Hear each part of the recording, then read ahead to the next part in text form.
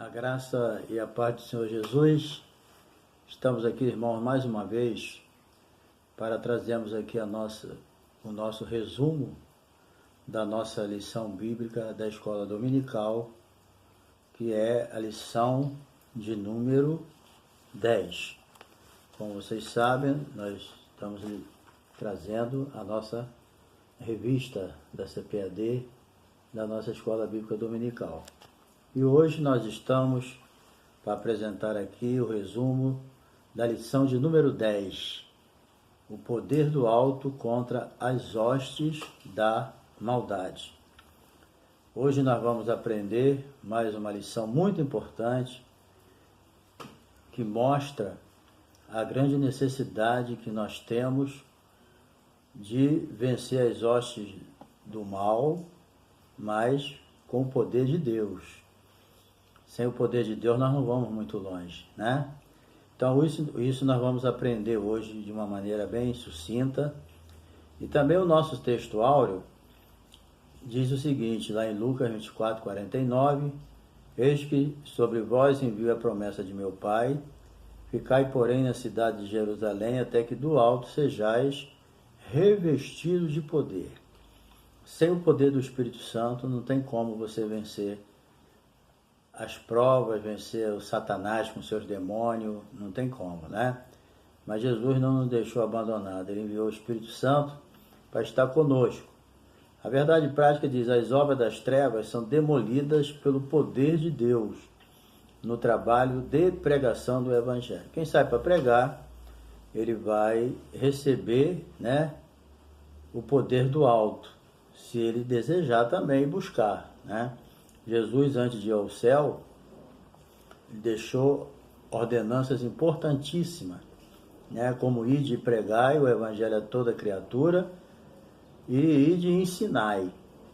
Mas também ele falou, ficar em Jerusalém, até que do alto sejais revestido de poder, né? Então, o poder do alto é o poder que liberta os oprimidos e cura os enfermos, né? Não tem como outro meio, é o poder do alto, ficar em Jerusalém. Jesus disse no capítulo 10 de Mateus, versículo 1, eis que eu vos dou poder contra toda a força do inimigo, né? Para vocês pisar serpentes, escorpiões e nada vos fará danos algum. Serpentes e escorpiões aqui simbolizam o poder satânico, demoníaco, né? E o poder de Deus realmente leva os demônios a estremecer e a sair fora. Agora, sem o poder de Deus na carne, vai acontecer igual com os filhos de Seva, né?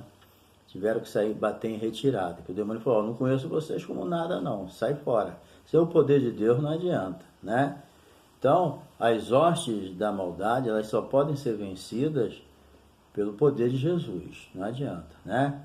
Então, é necessário que todos nós que saímos para fazer a obra de Deus tenhamos essa consciência da necessidade de ser cheio do Espírito Santo para poder vencer o inimigo.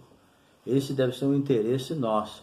Vocês vejam que o apóstolo Paulo disse que Jesus ressuscitado, ele foi visto por mais de 500 irmãos, né? Mas quantos ficaram lá esperando o poder? Só quase 120 pessoas só, né? Quer dizer, é uma diferença muito grande. Então, tudo depende do nosso interesse. Deus já liberou na cruz e no dia de Pentecostes, Deus já liberou o poder para a nossa vida espiritual. Agora, depende também da nossa parte de nós desejarmos isso, né? Sentir essa necessidade. Conforme eu já disse aqui, né, os exorcistas lá de Éfeso, eles confundiam o nome de Jesus com formas mágicas, as fórmulas mágicas deles. Mas não resolve o problema, é coisa demoníaca, né? Então, o poder de Deus é o único que destrói o poder das trevas, não adianta. E a nossa lição bíblica em classe, ela se encontra lá em Atos capítulo 8, versículos de 5 a 13 e 18 a 21. E o nosso objetivo geral é deixar claro que precisamos do poder do alto para vencer as hostes da maldade. Isso nós vamos estudar dentro do contexto histórico de Samaria, certo? e soube expor também, né, sobre o evangelho entre os samaritanos e mostrar que Filipe em Samaria, juntamente com Simão Mágico, houve ali aqueles contratempos ali, né, quando Pedro apareceu e chamou ele a atenção ali, o Simão Mágico, vai ser fatos importantes dessa lição e nós vamos aprender muita coisa interessante. Sabemos que o nosso evangelista, né, que foi Filipe, ele depois se tornou evangelista. Tinha até umas filhas que profetizavam e tudo, né? Mas Filipe, ele foi o diácono. Ele foi um dos 7 diáconos da igreja de Jerusalém, né? E ele foi uma pessoa escolhida. Filipe, Estevão, que foi um mártir, e justamente o total foi 7 diáconos. Aí Pedro, juntamente com os apóstolos, exigiram que se escolhesse homem cheio do Espírito Santo, de boa reputação, né? Então Filipe, assim como Estevão, se destacou na pregação, né? Estevão foi um homem de fazer muitos milagres, muitas curas. Por causa da inveja dos seus opositores, apedrejaram ele. Mas Filipe, a Bíblia diz que Paulo, naquele tempo lá, levantou uma grande perseguição contra a igreja, o Saulo de Tarso, né, antes de se converter, e Filipe, né, desceu até a cidade de Samaria. Samaria era uma cidade que ela foi fundada pelo o pai do Acabe, né? Ele foi o homem que fundou a cidade de Samaria. E o detalhe mais importante aqui é que os judeus não se davam com os samaritanos, né? Inclusive Jesus falou que eles não fossem ali, não entreissem em cidades samaritanas. Está lá em Mateus 10:5, certo? Mas depois o próprio Jesus foi ali na cidade de Sicar e ele ganhou aquela mulher samaritana, né? Ela entendeu que ele era o Messias e aceitou o desafio, largou o cântaro lá na beira do poço e saiu correndo, foi avisar o povo. E aquilo ali foi um grande avivamento que foi realizado ali em Samaria, né? O próprio Jesus pessoalmente quebrou aquele tabu, né? Aliás, não há tabu que Jesus não quebra, porque Jesus veio para todas as nações, né? Só aos judeus que ele falou, não entreis em terra samaritana, não vai ali e tal, tal. Mas ele sabia que após a sua ressurreição, o evangelho seria pregar o evangelho a toda criatura e de por todas as nações, né? Então, por isso que Filipe foi por ali aproveitando aquela perseguição, né? E fugiram. E nós sabemos que os samaritanos era uma mistura ali de judeu com o povo estrangeiro, né? Porque os samaritanos eles eram israelitas, que mesclaram como povos estrangeiros durante o período da dispersão das 10 tribos do norte, né? Antes de Cristo, 722 antes de Cristo. E com o passar do tempo, essa mescla veio a ser também religiosa na era apostólica. O clima entre judeus e samaritanos era tenso, né? Mas, inclusive, João, ele resume o evangelho, no seu evangelho, esse relacionamento, ele resume que os judeus não se davam ou não se comunicavam com os samaritanos. Então, Samaria ela foi fundada pelo pai do rei Acabe, o qual reinava sobre as 10 tribos que se apartaram de Jerusalém no século 10 AC. Certo? O nome dele era o Onri, que comprou um monte de um cidadão chamado Semê, onde fundou a cidade, ao qual deu o nome de Samaria, em homenagem ao dono anterior, né? Então, mesmo depois da dispersão, os israelitas do Reino do Norte já havia um clima de tensão entre Samaria e Jerusalém, Israel e Judá, e os 2 reinos que se dividiam após a morte de Salomão. Então, quando o rei da Síria, Salmanaser, sitiou Samaria em 722, levou para o cativeiro as 10 tribos, entendeu? Mas foi Sargão II, sucessor de Salmanaser, que concluiu o cativeiro dos israelitas, das 10 tribos. Então, foi essa situação que se tornou Samaria devido à sua desobediência. assim como Deus depois, posteriormente, ele permitiu o cativeiro de Judá, que foi levado por Nabucodonosor para a Babilônia, ele também permitiu antes do cativeiro das 10 tribos, né, pelo rei da Síria. Tudo isso causado por desobediência, né? Então, sempre existiu essas diferenças entre judeus e samaritano, porque ficou misturado, né, os povos e não tinha como eles se darem bem. Inclusive, os judeus odiavam os samaritanos por causa disso, entendeu? Bem, os samaritanos, eles rejeitavam as escrituras do Antigo Testamento, adotaram só o Pentateuco, certo? Isso aí, eles fundaram o templo lá no Monte Gerizim, não aceitando o templo feito pelos judeus. Bem, agora, essas diferenças todas existiam, mas com o Evangelho, a questão, a gente percebe essas diferenças, mas depois que o Evangelho entra, acaba essas diferenças. Jesus, ele veio acabar com essas diferenças.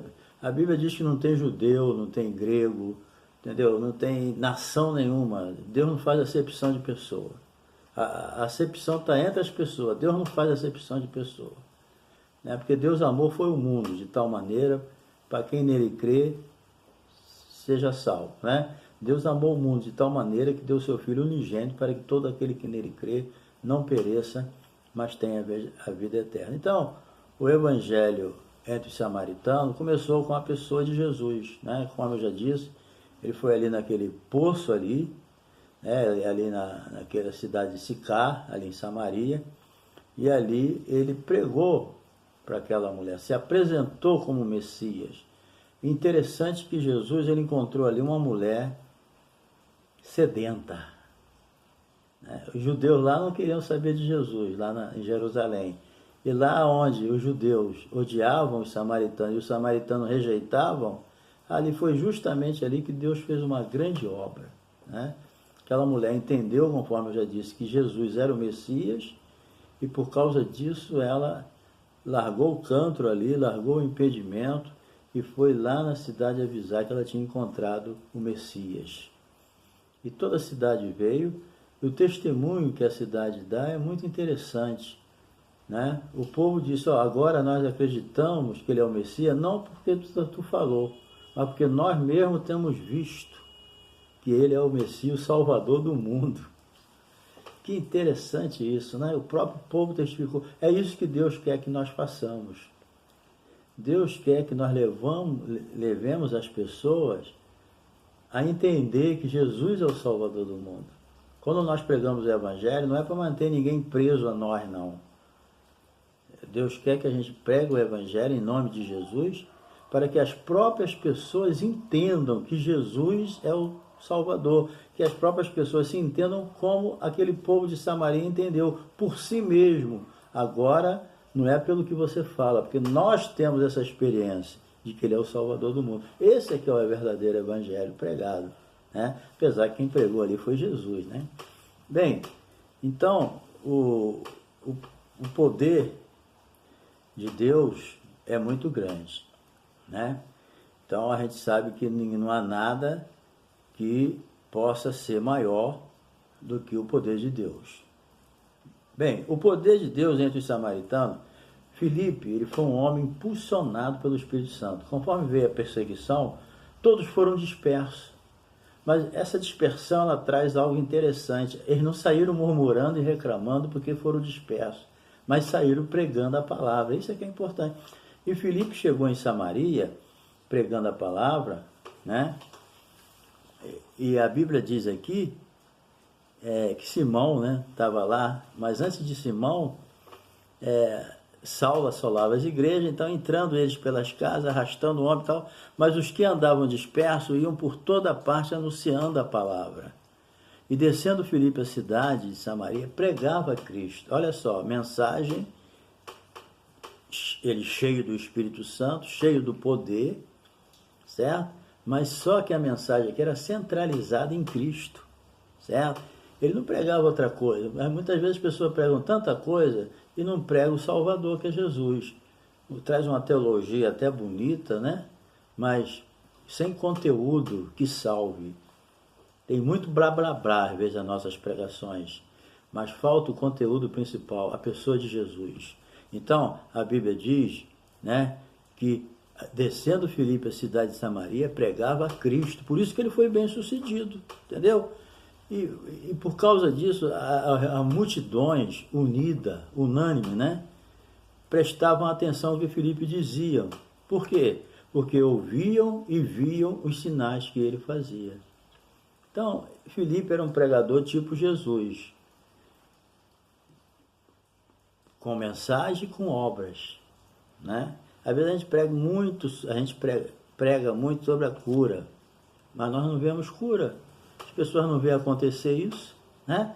Filipe pregava e acontecia. Isso é importante na nossa vida. A gente deve se atentar para esse detalhe. Nós, líderes que pregamos, ensinamos, nós temos que prestar atenção nisso, né? Nem todo mundo tem o dom de cura, mas a cura acompanha o Evangelho, entendeu? A cura pela fé. Porão as mãos sobre os enfermos e os curarão, né?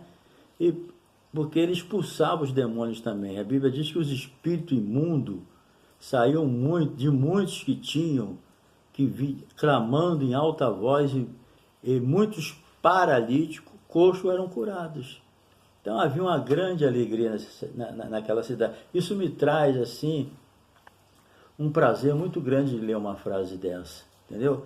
Porque os espíritos imundos saíam de muitos que tinham clamando em alta voz e muitos paralíticos e coxos eram curados. Aí havia o quê? Uma alegria muito grande naquela cidade. Uma cidade oprimida pelo diabo, uma cidade desprezada pelos maiorais, ninguém dava valor ao samaritano, mas entra um homem cheio do Espírito Santo naquela cidade e traz a alegria àquela cidade.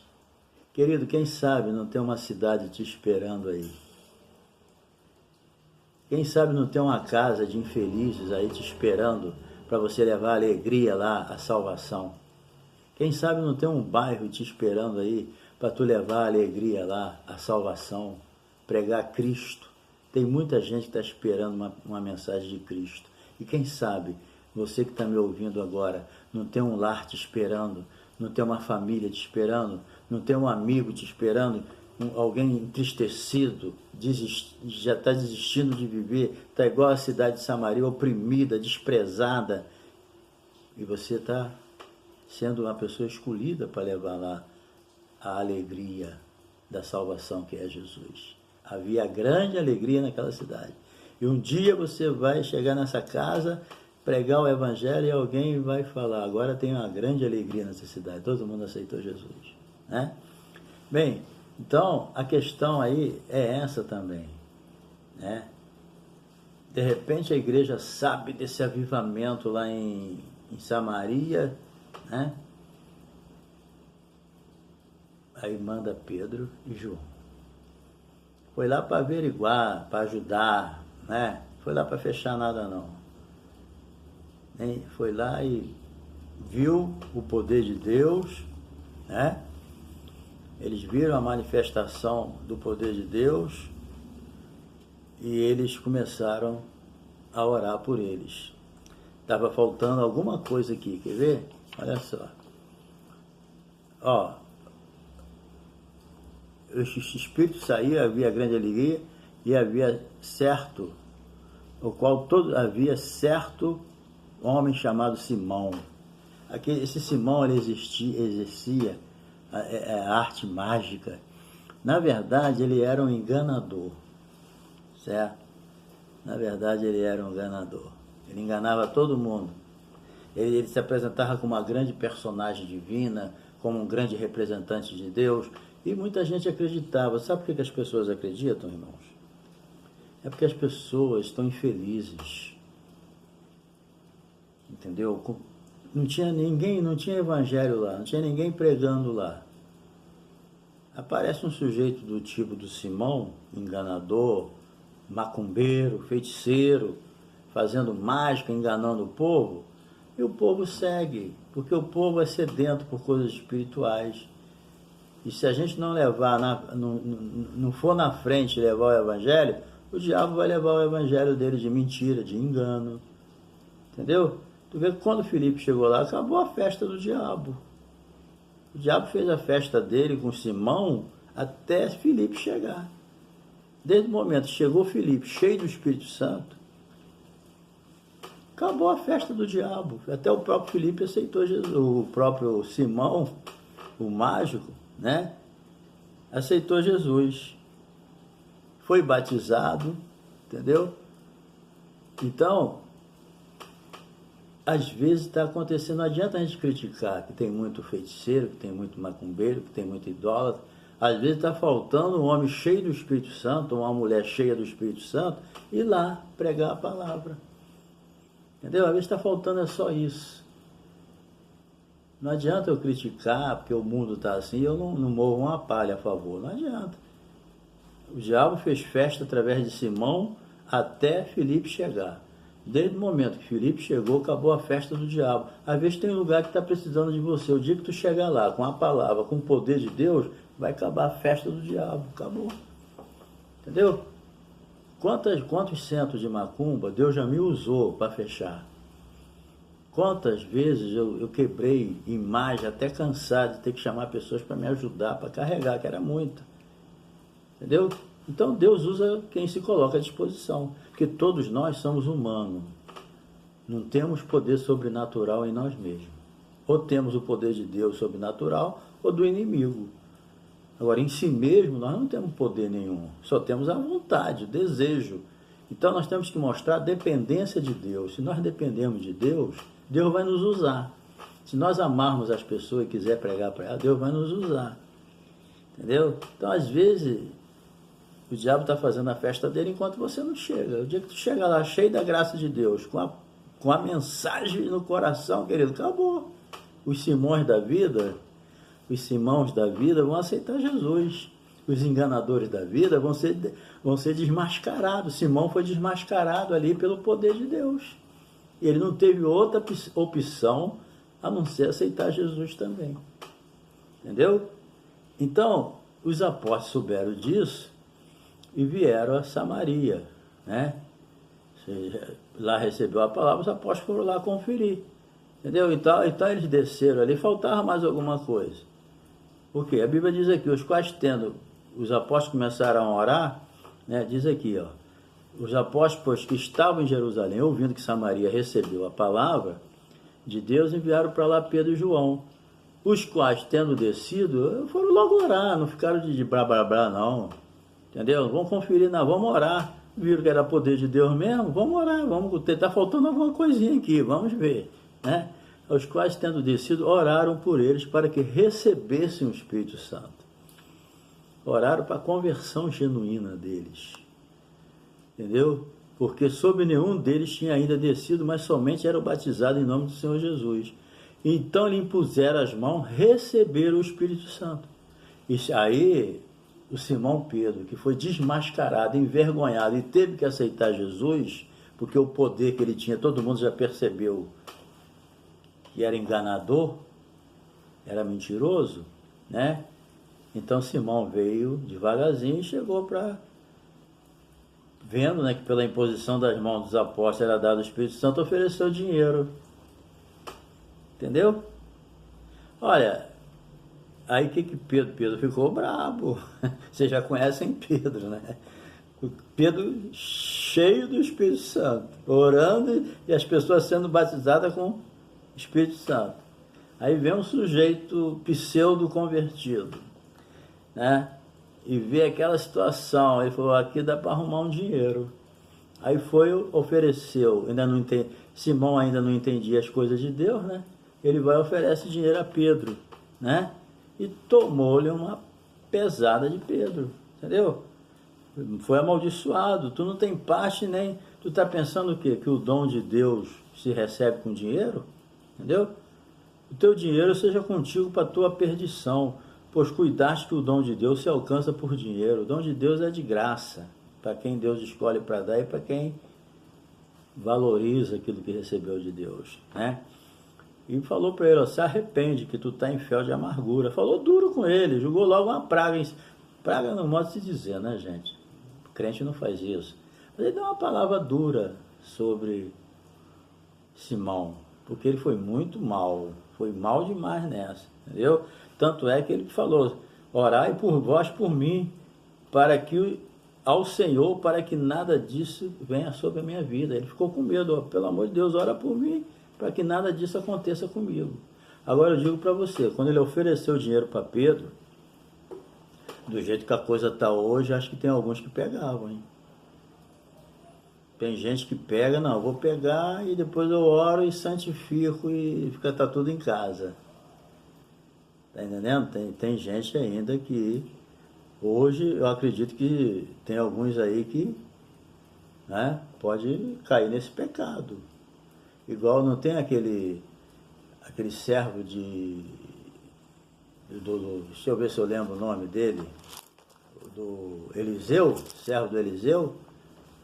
O Eliseu não rejeitou a oferta de Naamã, o servo dele não foi lá e não pegou a lepra. Então tem obreiro assim, gente, que se for, ele não aguenta, se tu oferecer uma grana a ele erra, entendeu? Então precisamos orar muito para Deus nos libertar e não deixar que nós venhamos cair nessas contradições. Então Simão, ele quis comprar a bênção de Deus. Então tem gente hoje querendo comprar a bênção de Deus. Muito cuidado, hein? E tem gente vendendo a bênção de Deus. Então, analisa isso para me encerrar essa aula.